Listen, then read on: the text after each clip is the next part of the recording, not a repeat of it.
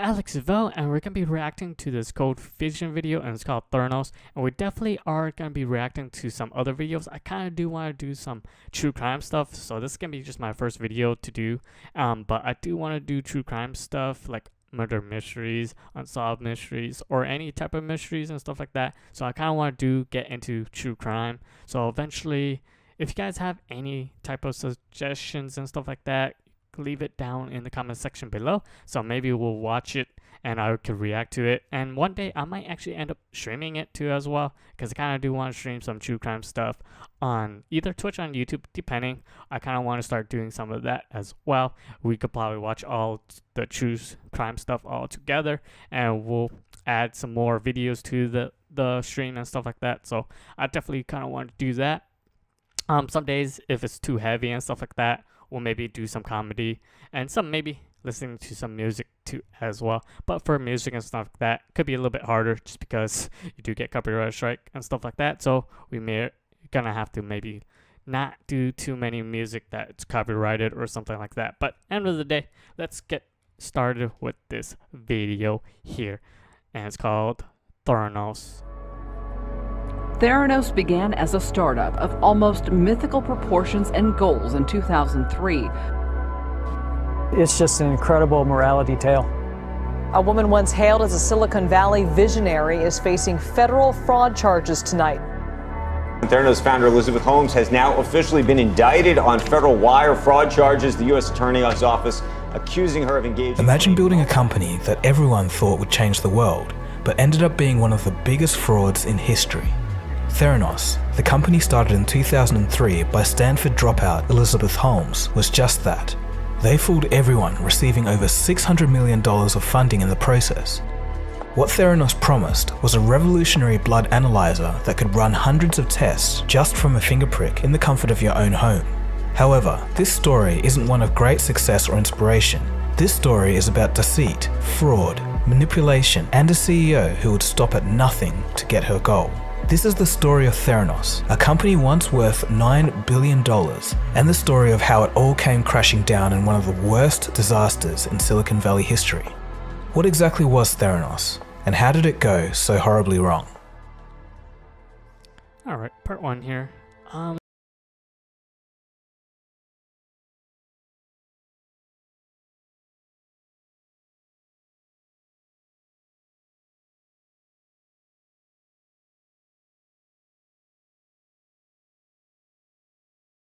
Where she met a man. I'm gonna pause there. Hopefully the sound is pretty good, but then again, who doesn't want to be a billionaire? But yes, I'm gonna be pausing once in a while just in case. So, but we are gonna be continue. Let's go. 20 years her senior, called Sunny. Sunny immigrated from Pakistan and had some success in the dot-com boom of 1999, pocketing $40 million in the process. He had what she wanted: money and the status of a successful entrepreneur. Sunny would later play a big role in Elizabeth's company. During another trip to Asia, Elizabeth witnessed the SARS outbreak. From that point, she came home determined to change the world. Upon returning home, she didn't leave her room for 5 days and slept 2 hours a night while working on a patent idea. The idea was to create a wearable patch which could continually test the blood of the wearer and admit the right dose of medicine in real time. Filled with determination, she dropped out of Stanford at age 19 and started her own company. The early days were not glamorous. The office of the new company was in a part of town known for shootings. One day, while in her car, Elizabeth was shot at, with the bullet just narrowly missing her. Despite this, she received a Alright, I'm gonna pause there. That definitely kind of sucks because, man, I personally don't like anyone dying or getting shot at. But then again, this world, people are just gonna try to kill you. Just depend. Well, in life, you never know what's gonna really happen. People hate you. They probably will find a way. But at the end of the day, like, hopefully you guys can live a life and enjoy it when it's your last day in this earth, because you never know. There's just gonna be really, really dumb people in this life. But at the end of the day, let's continue here. $1 million seed investment from her old neighbor who had made some money investing in Hotmail. Early on, Elizabeth rode on the reputation of her investors. However, when it came to investors that specialized in medicine, she struggled to convince them as her lack of knowledge started showing. It wasn't a surprise because she had only spent a few semesters at university. So for most tech entrepreneurs, this kind of thing isn't a big issue. For example, Mark Zuckerberg only needed to master coding as a child, and he could have struck it big with little university knowledge. On the other hand, medicine and chemistry are fields that require decades of knowledge and research to find a breakthrough. Regardless, by the end of the year, Elizabeth had nearly $6 million in funding, and her idea had changed. Now, the blood testing would be done by a cartridge and reader system. Here's how it was supposed to work. Patients would prick their fingers, storing blood in a small cartridge. Pushing this cartridge into a machine would run the tests. The Theranos machines envisioned would perform tests on the spot and beam information via the internet to a lab where personnel would interpret the results and send a report back. Traditionally, the current industry procedure was to draw a Yeah, but just looking at the needles, I do hate needles, even though man, just putting them into you is not the greatest. Especially, I don't know. I never did like getting them in, even getting blood tested and stuff like that. I still don't like it, but end of the day, at least it's not that badly, but at least it goes by quickly. God damn, I'll be fainting half the time looking at it, but let's go. Syringe full of blood from a vein and physically send the sample to a lab. The old way used large machines the size of several business photocopiers, and the results would take a few days to get back from a doctor. Theranos would try to scale down the components of these massive machines to fit into a box the size of a personal computer. Theranos was going to make this process faster, more comfortable, and completely bypass the need for a doctor. In this particular medical field, there are many components that are used to test blood, each of which performs a different type of test. For example, one test shoots a beam of light into the sample blood and measures the light reflected, while other tests require chemical reactions. Now this is the big lie and the problem with Theranos. There were several issues that made the Theranos machines nearly impossible. Firstly, the components would interfere with each other when placed in close proximity due to a magnitude of problems including heat, light, and electrical activity. Next, to have sufficient volume of test samples from only a pinprick on a finger, the drops of blood had to be diluted. Over-diluted samples gave inaccurate results and was outside the detection capability of the hardware. So in short, for the technology to be possible, Theranos had to make major breakthroughs on all fronts of blood analysis. They had to do all of this while only reporting to Elizabeth, who didn't really have the knowledge. Skipping forward to 2006, Theranos had some momentum and a prototype called the Theranos 1.0. Elizabeth enlisted engineers to design a new version called the Edison. However, no Theranos machine would ever be accurate or capable of performing the full range of tests that Elizabeth claimed. Elizabeth started to push the engineering team manager to make the Edison development run 24/7. When the manager refused, stating that the engineers were overworked as it is, Elizabeth hired a parallel engineering team and pitted the two teams against each other in a survival of the fittest race. This kind of thing was actually a tactic that Steve Jobs also used with the original Mac and the iPhone. But in Theranos' case, the losing team would be fired. That's kind of messed up, really. Fight each other, then you lose your job. That kind of definitely sucks. Whoever loses. I personally don't get that, but then again, like, are they gonna battle each other every single time for another team? Then they keep losing. Another team comes in with a newer team, and then they all keep getting fired. But let's continue here. Elizabeth also started doing some ethically questionable things, such as running a pilot test on cancer patients with the company Pfizer. She knew the product didn't work yet, but insisted on running real tests on people that had serious illnesses. To highlight how serious this was, blood tests are usually used to increase or decrease a patient's dosage of medication or diagnose conditions which may require immediate action. Doctors use lab results to base 70% of their decisions on. If the results are false, it could be fatal. Of course, the only reason the cancer trials went ahead is that Elizabeth had been outright lying to investors and clients about how well the product actually worked. The same year, the company's CFO discovered that Elizabeth had been lying. He told her to stop. Instead of agreeing, she fired him on the spot. After this, Elizabeth never hired another chief financial officer again, leaving the position vacant for a decade. No wonder why. Because technically, you're gonna have to fake it till you actually make it, like some people did. But I remember hearing stories about football players, even some probably basketball players, fake it till you make it technically. some of them changed their age to make them a lot younger. I remember this basketball player, he trying to make himself younger. Then I guess this coach or something figured out he was a player he used to play back in the days or something like that. Then he got caught. I know some football players did that too as well. Somehow one of those guys just made it to a football team, even though he never had football practice or anything or something like that.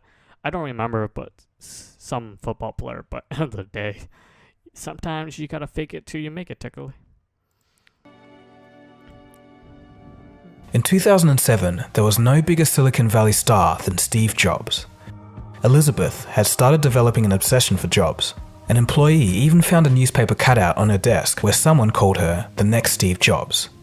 The obsession bordered on insanity. For example, after she found out that Steve scheduled marketing meetings on Wednesdays, she would do the same with the same marketing firm that Steve used.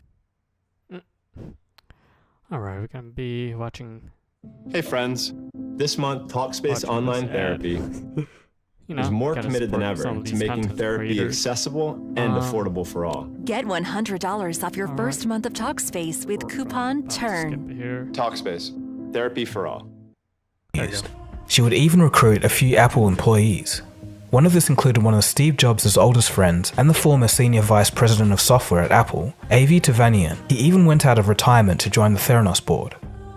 The board of Theranos was made up of a star-studded panel. Don Lucas, who mentored the founder of Oracle, was the chairman.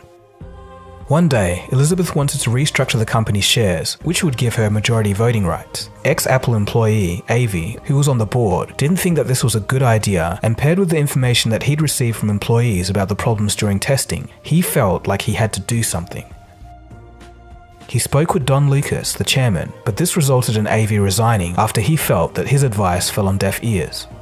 Elizabeth had the board wrapped around her finger. She was a master manipulator. She spoke in a low baritone voice in order to be taken more seriously. The question was, as a 19-year-old, how do you go about the process of convincing people that you know what you're doing? It's about finding people who believe in you, because the worst possible thing in the world is to have someone who doesn't believe in you backing you, because that's not going to result in a good situation. On occasion, she forgot to put on the voice and was caught using a natural voice before realizing and dropping several tones. No, it hasn't. Well, if I use traditional words to describe what we're doing, it's hard because people then associate it with conventional processes for analyzing drugs and development. Shortly after the company moved to a... Of course, you gotta be faking her. Trying to make you sound a little bit older, I'm guessing. Trying to sound intimidated, all that. Try to make everyone intimidated and all that stuff. No wonder why she were firing people and never actually end up getting another CEO for a long time, right? So let's continue here. Prime location in Silicon Valley, a new member of the sales team soon found out that the financial projections were based off pilot tests that weren't honest. The issue was brought to the board, who ran an emergency meeting and decided to fire Elizabeth. 2 hours after they brought her in to tell her the decision, she had convinced them to reverse it. This incredible power of persuasion is another reason why Theranos went so far with no real working technology. Shortly after the meeting, Elizabeth fired those who raised the alarm. By this stage, employees leaving or being fired was common. In fact, all employees who came from Apple would leave in just a couple of years. Around this time, an old family friend, Richard Fuers, created a patent for a method of transmitting information from blood testing machines to doctors. He did this out of revengeful spite for not being asked advice when Elizabeth started the company in his field of expertise. He was a doctor who sold his medical demonstration video company for $50 million. In a few years' time, Richard would go to court with Theranos over the patent he made, which in private he called the Theranos killer. Richard's patents wouldn't go on to kill Theranos, but his actions would. By 2009, Sunny, the millionaire Pakistani immigrant, was now Elizabeth's boyfriend and had joined the company as second in charge. Sunny came from a software background and had little knowledge of the inner workings of a medical company. He claimed to have written 10 million lines of code while at Microsoft, but the average developer at Microsoft only writes 1,000 lines a year. He also boasted of having extreme wealth and only coming to work because he wanted to. He also had a habit of latching onto buzzwords and using them despite little knowledge of the topic. Engineers would use terms out of context to see if we'd continue to use them. He did. But Sunny knew how to control people.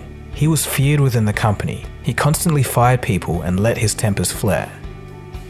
2010 saw a whole lot of money pouring into Silicon Valley. Facebook, Twitter and Uber were all taking off. Meanwhile, Walgreens and Safeway had both entered talks with Theranos to partner and create wellness centers. These were sections in their stores where patients could get blood tests. Theranos presented Walgreens with 192 different tests that could be performed by their Edison machine. However, only about half of them were even theoretically possible. The only proof that Damn. Only half of them? Jesus Christ. I gotta feel bad for those companies who's actually put money into this, but you know, it happens. If you technically kind of trust this person here, but let's go. The technology worked was a review from Johns Hopkins Medical School. The document was only 2 pages long and summarized a meeting where Theranos showed the university representatives some data results. No actual testing was done on the machines themselves. But Theranos was hot stuff, and Walgreens had the fear of missing out and letting their competitors land a partnership. Elizabeth also made such an impression on the Walgreens and Safeway executives that they trusted every word she said. Combined, Safeway and Walgreens gave Theranos $105 million in investment and loans. I got 105 million. God damn. Like, of course, you have to believe the person what they're saying, but in real life you can't. But at the end of the day, like, all they could talk, but then again, like, they're just talking. Sometimes they not are telling the truth all the time. Sometimes people are just faking it so they could get money too as well. Like, we've seen that a lot, especially people take advantage of putting kids on their videos and stuff like that too as well, or using kids and try to fake they have cancer and stuff like that. That definitely make me sick. But at the end of the day, that's people try to take advantage of trying to make money somehow. But let's continue here. Around this time, Elizabeth realized that the Edison wasn't good enough, so she commissioned the Minilab, the 3rd iteration of the blood testing product. Meanwhile, Sonny intimidated employees and watched CCTV footage of them to see exactly how long people were working. One time, he told an employee that he would, quote, fix him after finding that he'd only worked 8 hours per day. Elizabeth backed up the decision, stating to employees that, quote, if anyone here believes that you are not working on the best thing humans have ever built, or if you're cynical, then you should leave, end quote. Basically, anyone who agreed with Elizabeth got promoted, and those who doubted got fired. By 2012, Safeway wasn't doing well. They had poured $350 million into renovations of store space across their store locations in anticipation for the Theranos machines. I never really personally heard of Safeway. Never really heard of that store, so I don't know whether that is, but damn, that gotta suck for them too. They were only met with constant launch delays and excuses. When Theranos did start accepting Safeway employee samples, they were tested on existing commercial third-party machines in a lab, but Safeway was lied to and given the impression that all of these tests were being performed on Theranos Edison machines. They weren't even running most of the tests on the Theranos devices, and most of the tests were being run on third-party machines. Did Ms. Holmes know at the time that Theranos could not do all those tests? She knew. Meanwhile, Theranos' lawsuit from Richard, the jealous family friend and medical doctor, was in full swing. He was serious about taking Theranos down. He hired the same lawyer that worked on the deposition case of Bill Gates, and the cost, $1,000 an hour. A pivotal point for Theranos' downfall came with the subpoena of Ian Gibbons, who had led the chemistry team since 2005. In May of 2013, Ian was notified by Theranos that in just 2 days' time, he would be involved in Richard's trial. He feared that anything that he might say may put the company in jeopardy and expose the lies. Ian was miserable at Theranos and had just been demoted, but feared that leaving as a 67-year-old would make it impossible for him to get another job. The next morning, Ian's wife, Rochelle, found him in the bathroom having overdosed on medication. He died a week later in hospital. Damn, that sucks. R.I.P. to that guy. Man, of course, probably don't want to lose his job and then all that stuff, then going to court. But damn, R.I.P. to him though. Back at Theranos, in a display of the coldest heart, Elizabeth didn't return Rochelle's call about the death of her husband. Elizabeth informed only a small number of employees about Ian's passing and loosely mentioned hosting a service. This was never carried out. That's really messed up for sure. She didn't really care about her workers anyways, so she all cared about was herself and technically all the money she was robbing. She seemed to have just brushed off Ian's death pretty casually. After spending $2 million on the case, Richard settled in a massive blow to his pride. This would fuel the fire in Richard that would eventually bring down Theranos. What if these were hidden until they turned on? What if we made this bigger? During this period, Theranos was still carrying out tests on third-party machines and desperately trying to get results. This included stacking 6 mini-labs on top of each other to get a higher throughput of tests. The additional heat generated actually hindered the accuracy of tests further. But Theranos didn't have time to work on their technology.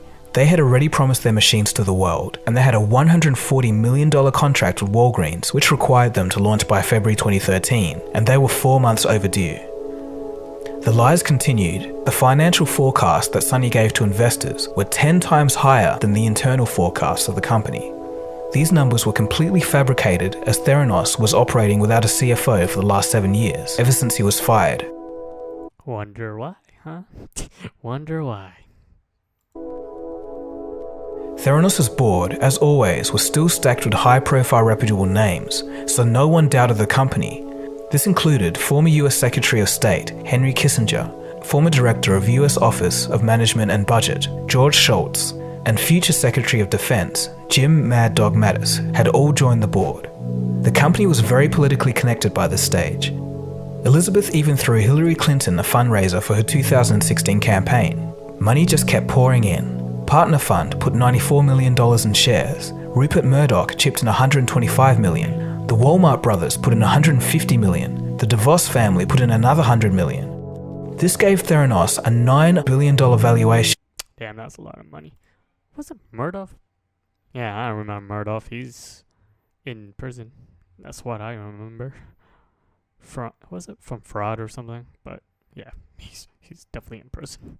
And Elizabeth was worth $5 billion alone. The shortcomings of the technology were well known within the company, but employees were usually too scared to do anything, fearing retaliation from Sunny, Elizabeth, or the company's lawyers. Employees were forced to sign confidentiality agreements when they started, and again when they left. This stopped a lot of people from taking action. Well, they had to, or else, yeah, they would have probably got caught a lot sooner than it took them a while for them to actually end up getting caught. Tyler Schultz, grandson of the board member George Schultz, was in a more privileged position. He noticed the issues at Theranos, and after falling on Sunny and Elizabeth's deaf ears, he quit. He tried to talk to his grandfather. He told George about the Edison's inaccuracy and the constant failing of quality control tests. He told him about how Theranos had duped everyone by testing samples on existing third-party commercial machines and not Theranos' own Edison machines. Incredibly, Elizabeth had put such a spell on George Schultz that he would disregard. Of course. So he didn't really want with his grandson, but yeah, that kind of sucks. Everything his grandson Tyler told him. In mid-2014, Fortune magazine released a front-page story titled, "This CEO is out for blood." This rockets Elizabeth to celebrity status, and from this point, she is constantly making media appearances. Forbes, USA Today, NPR, Fox Business, CNBC, CNN, and CBS News all took their turn to cover the success story of the youngest ever self-made female billionaire. Barack Obama made Elizabeth the US Ambassador for Global Entrepreneurship, and she was added to the Board of Fellows at Harvard Medical School. Elizabeth enjoyed the fame. She grew her security team to 20. Her office was redesigned to look like the president's Oval Office, complete with bulletproof glass. Elizabeth spoke on a TED Talk about her idea to change the world. She said soon no one would have to say goodbye too soon, and went on to tell the audience of a heartfelt story about how her uncle had passed away from cancer. But of course, the TED Talk was merely an act. In reality, she wasn't even close to her uncle and had just exploited his death for her narrative. Of course, someone always does that too. It's just not her, but there's some people who actually kind of do that, make fake stories. Even though it's not true sometimes, but goddamn, of course, she has to use anybody, even her family, to try to make it her narrative and stuff like that. Meanwhile, cracks were beginning to crumble the empire. Richard, by this stage, had created a gang of Theranos skeptics, including Ian's widow, Rochelle. They collected information and then took it to John Carreyrou at the Wall Street Journal. As John began investigating, countless sources and former employees came out of the woodwork. They anonymously provided information about the story. Theranos attacked everyone who was talking. They used their pile of money and they threatened to sue everyone else who spoke to the Wall Street Journal. They even hired private investigators to stalk anyone they suspected. Several letters were sent to the Wall Street Journal to try and kill the story, threatening defamation lawsuits. Rupert Murdoch, the owner of the Wall Street... I'm personally glad they didn't, though. So I'm happy they actually end up continuing doing the story, so good on them, though, for that part. Street Journal and investor in Theranos was asked by Elizabeth to personally kill the story. He refused, stating that he had confidence in the editors to handle the truth, whatever it may be. The reaction from Theranos was intense, and the story wasn't even out yet. Business as usual continued at Theranos. Elizabeth was making White House appearances often then, but under the veneer, the machines could still only do a small number of tests and were inaccurate with even just those. Theranos continued to demonstrate the mini-lab for VIP guests. They pricked their finger, then waited until they left, and then went on to use existing commercial third-party lab machines to return the results. Vice President Joe Biden even paid Theranos a visit. He was shown a fake lab that was set up just for the visit. You know, fake lab, goddamn. They want all that. Of course, technically you're gonna have to fake it, trying to make it believable and stuff like that. Yeah, of course. They're trying to make Joe Biden believe all that stuff. Of course, it actually ended up working. He was impressed, saying that it was the lab of the future, and praised Theranos. The dark truth about Theranos was finally unveiled in the Wall Street Journal article of October 15th, 2015. It was a bombshell. All the major news articles picked it up. People began questioning Theranos and its secrecy. Elizabeth took it all in her stride, not shying away from the questions, but instead outright lying to the public. It appeared that she thought everyone would just believe her again, but this time it was different. Now people were asking serious questions. And just this morning, the Wall Street Journal ran a pretty scathing article about the company, alleging that the company's proprietary testing devices may be inaccurate, and basically accusing Theranos of deceptive practices. To Elizabeth Holmes, the founder and CEO of Theranos, to give her a chance to answer the charges raised in the article. Ms. Holmes, welcome back to Mad Money. It's great to be here. Thank you. What do you think's going on here? This is what happens when you work to change things. And first they think you're crazy, then they fight you, and then all... We all think you're crazy. Just the voice, too. That voice, man. All of a sudden you change the world. And I have to say, I personally was shocked to see that the journal would publish something like this. Just as the story had been published, the FDA made a surprise inspection at Theranos. In further investigations, it was found that the Theranos Edison blood testing machine only performed 12 out of 250 tests, and even those produced wildly erratic results. Now, Theranos was in full damage control. Elizabeth broke up with Sonny and fired him. A criminal investigation was underway, and a probe by the Securities and Exchange Commission was also proceeding. The investors began suing Theranos one by one. Partner Fund sued for $100 million, Walgreens for $140 million. Elizabeth had to close the trial lab and had to pay $4.5 million to Arizona State, where most patients had received testing. Theranos had voided nearly 1 million lab results. 10 patients would sue Theranos for medical battery.